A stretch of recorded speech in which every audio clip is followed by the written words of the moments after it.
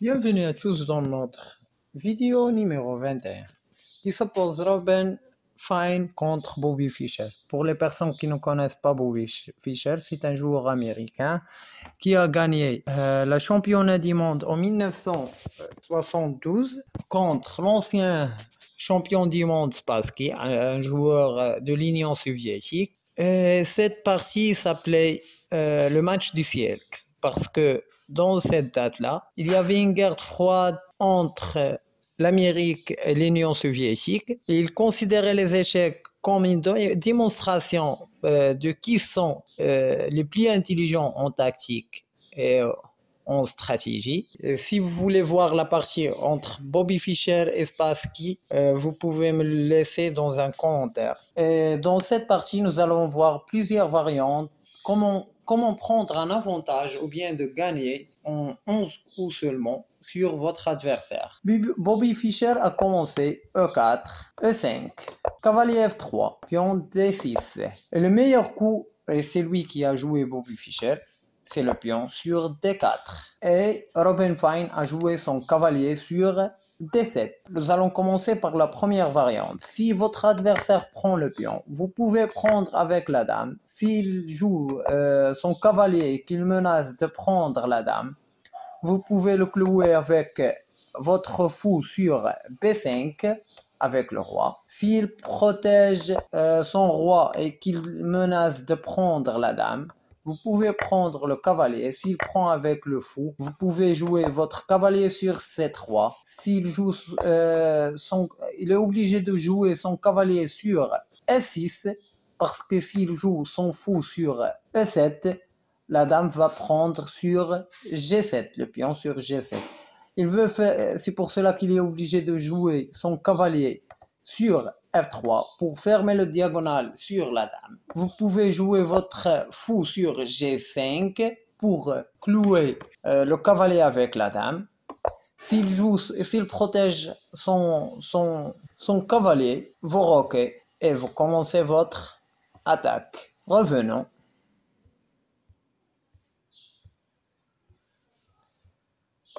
Et si votre adversaire joue le fou sur G4, vous pouvez prendre le pion. S'il prend le pion, vous allez prendre la dame. Il est obligé de prendre la dame.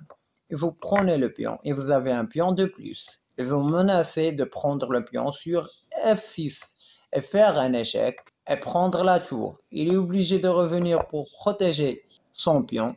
Vous développez deux pièces et après vous roquez avec un échec. Revenons.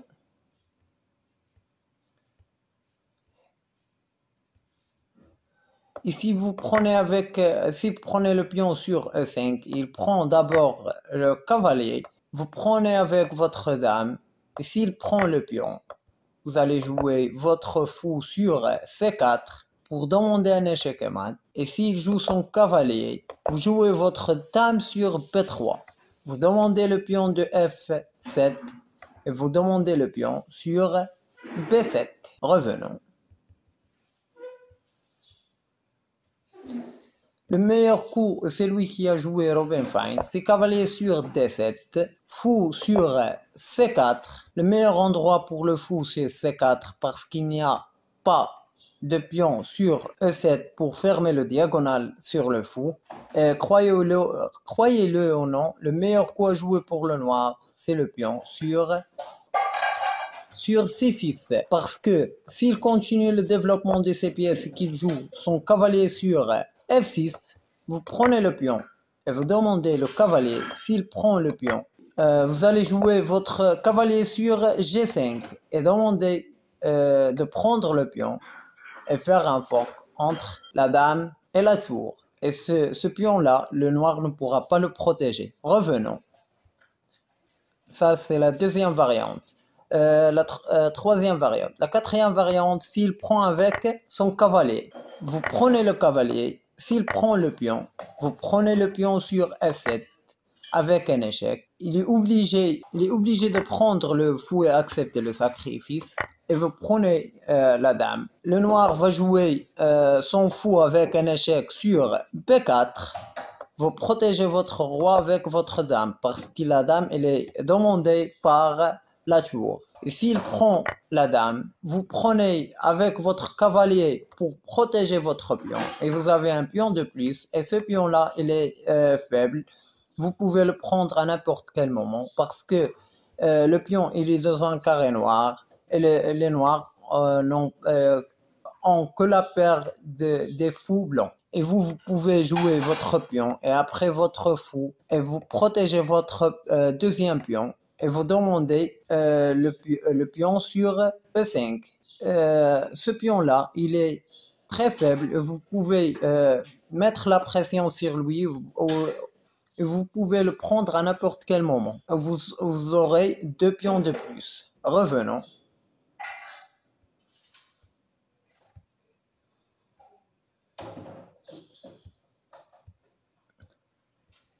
Et si le noir joue le fou sur E7, vous prenez le pion. Et s'il prend le pion, vous jouez votre dame sur D5. Vous demandez un échec et mat avec un seul coup. La seule possibilité pour protéger l'échec et mat, c'est de jouer son cavalier sur H6. Vous prenez le cavalier avec votre fou. S'il prend le fou, il y aura un échec et mat avec un seul coup. Revenons. Vous prenez le cavalier. S'il prend le pion, vous allez jouer votre dame sur H5 et demander un échec et mat avec un seul coup. S'il protège avec son cavalier, vous le prenez avec le fou. Et s'il protège l'échec et mat avec le pion, vous prenez le pion de E5 et vous menacez de prendre la tour avec un échec. Et vous avez un pion de plus. Et s'il protège sa tour avec F6, il y a un coup très important, vous devez le jouer.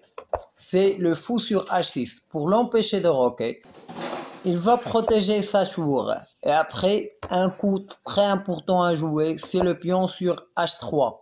Pour l'empêcher de faire un fork entre votre dame et votre fou.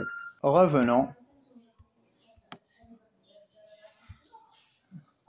C'est pour cela que le meilleur coup à jouer, c'est le pion sur C6. Vous allez voir que dans cette partie, si le noir ne joue pas le meilleur coup, vous pouvez prendre un avantage sur lui. Pourquoi c'est le meilleur coup? Pour empêcher la dame de venir sur D5 et demander un échec et mat avec un seul coup. Bobby Fischer a pris le pion, pion prend pion, et le blanc a roqué. Et le meilleur coup à jouer pour le noir, celui qui a joué Robin Fine, c'est le fou sur E7. Parce que s'il joue son cavalier, le blanc va jouer son cavalier sur G5 et demander le pion avec le cavalier et le fou. Et faire un fork entre la tour et la dame. C'est pour cela que Robin Fine a joué le fou sur E7 et Bobby Fischer a joué la dame sur E2. Nous allons voir pourquoi il a joué sa dame sur E2.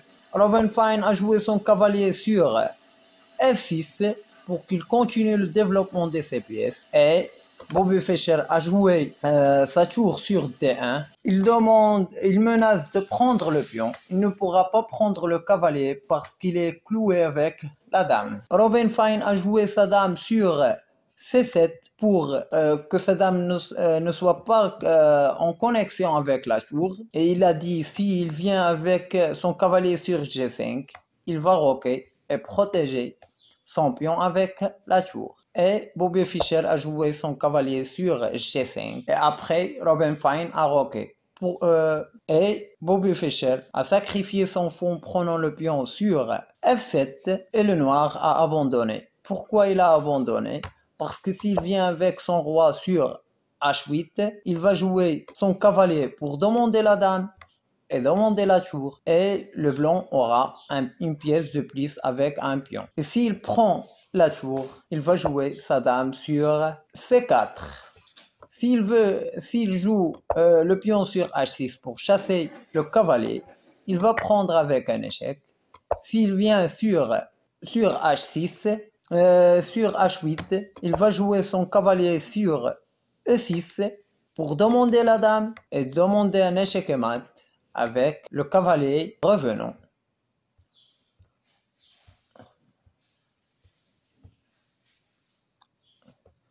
Je vais vous expliquer pourquoi il a joué la dame sur E7. Avant qu'il commence son attaque, il a préparé très bien son attaque, Bobby Fischer, parce qu'il a vu s'il vient sur G5 et le noir rock, s'il sacrifiait son fou, il va prendre le noir avec sa tour, et quand il va demander la tour avec sa dame, il pourra la protéger avec sa dame.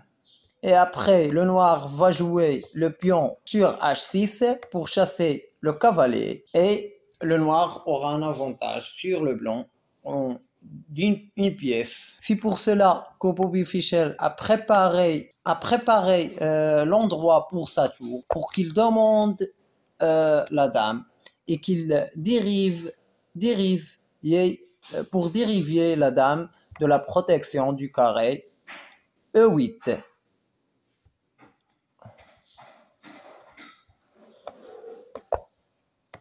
De la protection du carré O8. J'espère que cette vidéo vous plaira. Si vous voulez voir la partie de Bobby Fischer en finale de championnat du monde en 1972, vous pouvez me le laisser dans un commentaire. J'espère que cette vidéo vous plaira.